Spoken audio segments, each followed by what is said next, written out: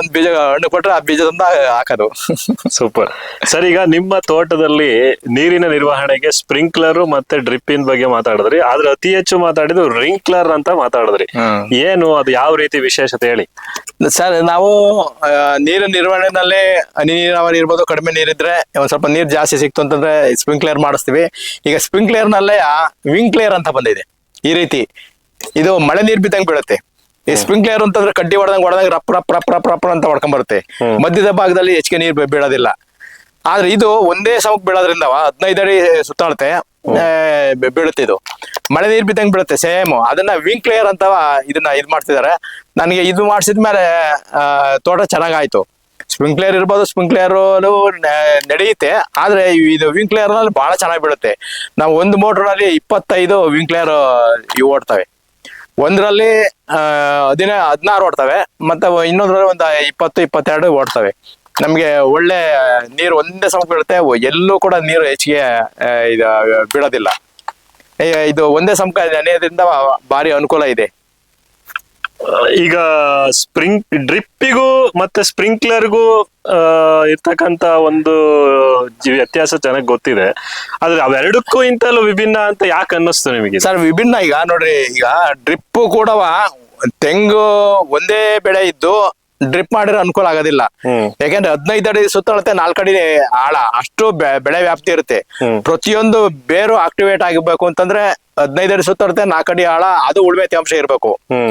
ಆದ್ರೆ ನಮ್ಗೆ ಹನಿ ನೀರಾವರಿ ಮಾಡೋರು ಮಧ್ಯದಲ್ಲಿ ನೀವು ಅಡಿಕೆ ಬಾಳೆ ಜೋಡಿಸಿ ಅವಕ್ಕೂ ನೀವು ಹನಿ ನೀರಾವರಿ ಮಾಡಿ. ಅವಾಗ ಡ್ರಿಪ್ ಇದು ಬುಡದಲ್ಲಿ ಅಡಿಕೆ ಗಿಡ ಇರ್ಬೋದು, ತೆಂಗಿ ಗಿಡದಲ್ಲಿ ನೀರು ತುಂತುರು ನೀರು ಬೀಳ್ಬೋದು. ಅದನ್ನ ಒಣಗಿರೋ ಭಾಗ ಎಳ್ಕೊಳತ್ತೆ.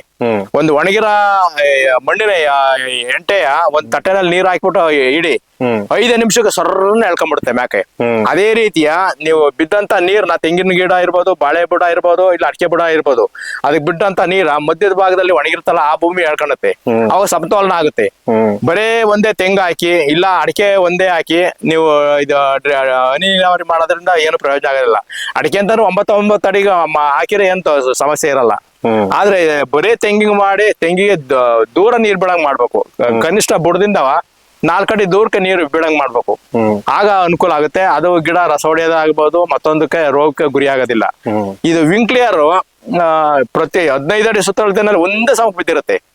ಮಧ್ಯ ಯಾವ್ದೇ ರೀತಿ ಮಧ್ಯದಲ್ಲಿ ಕಡಿಮೆ ಬೀಳೋದು, ಕೊನೆಯಲ್ಲಿ ಜಾಸ್ತಿ ಬೀಳೋದು ಆಗೋದಿಲ್ಲ. ಸ್ಪ್ರಿಂಕ್ಲರ್ ನಲ್ಲಿ ಹೊರಗಡೆ ಸುತ್ತು ಜಾಸ್ತಿ ಬೀಳುತ್ತೆ, ಮಧ್ಯದಲ್ಲಿ ಕಡಿಮೆ ಬೀಳುತ್ತೆ.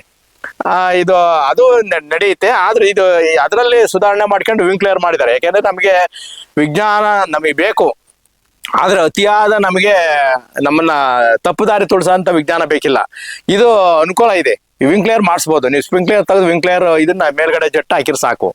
15 ಅಡಿ ಸುತ್ತಳತೆ ಬಿಡುತ್ತೆ. ಒಂದ್ ಜಟ್ಟಿಂದ ಒಂದ್ ಜಟ್ಟಿಗೆ ನೀವು 30 ಅಡಿ, ಮತ್ತೆ ಇದು ಒಂದ್ ಸಾಲಿಂದ ಒಂದ್ ಸಾಲಿಗೆ 30 ಅಡಿ ಇಟ್ಟರು ಸಾಕು.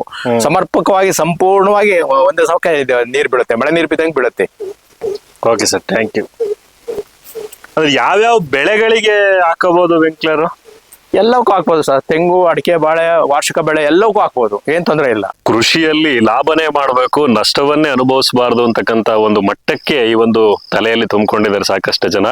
ಕೃಷಿ ಒಂದು ವ್ಯವಸ್ಥೆ. ಈ ಒಂದು ವ್ಯವಸ್ಥೆಯನ್ನ ನೈಜ ಕೃಷಿಕರಿಂದ ಕಲಿಯೋದಿಕ್ಕೆ ಸಾಧ್ಯ.